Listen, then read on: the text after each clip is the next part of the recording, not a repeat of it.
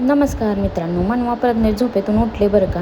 दूध वगैरे दिलं प्यायला. म्हणले अभ्यास करतो. मी म्हणलं चला मी करतो म्हणले तर करू द्या, नाहीतर सुट्टीमध्ये त्यांनी अभ्यास विसरून जायचे म्हणून अभ्यास वगैरे केला बरं का.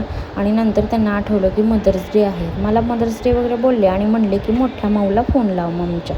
मग मोठ्या माऊला फोन लावला. मोठ्या माऊला हॅपी मदर्स डे वगैरे बोलले. माऊ होती जॉबवरती, त्यामुळे जास्त बोललं नाही, लगेच फोन ठेवला तेवढं बोलून. आणि नंतर दुपारी जेवण वगैरे केल्यावर ही आमचा जेम्स बघा मनवाच्या अंगावर असं डोकं ठेवून झोपलं आहे. का तर फक्त आणि फक्त कूलरच्या गार हव्यासाठी तिथं तसं केलं आहे त्यांनी.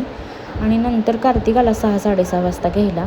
मग चाललो होतो आम्ही आईकडं. मग ती आमच्या साहेबांचे कपडे इस्त्रीला टाकायचे होते, मग कपडे इस्त्रीला टाकले. कार्तिक आणि साहेब बाहेर गेले आणि मी नांकुते गेलो प्रणालीकडं. केक आणायचा होता ना, मदर्स डेचं सेलिब्रेशन करायचं होतं.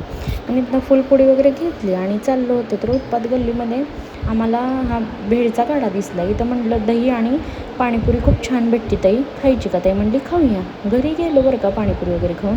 आणि आईला केक दाखवला. आईला तर जाम केक आवडला. म्हणलं चल वेळ कशाला घालवायचा म्हणून सेलिब्रेशन वगैरे करून घेतलं बरं का मदर्स डेचं. तर आम्ही बाहेर जाऊन येऊस तर आमच्या आई सर्वांनी मस्तपैकी जेवणाचा बेत केला होता, रसपोळीचा. जेवण वगैरे केलं आणि नंतर गेलो आम्ही थंडाई पैलवान खुराक थंडाई. ही बंटी दादाच्या ब्लॉग अंकुताई आमची बहीण माझी रोज बघती आणि त्यात तिने ते पाहिलं होतं.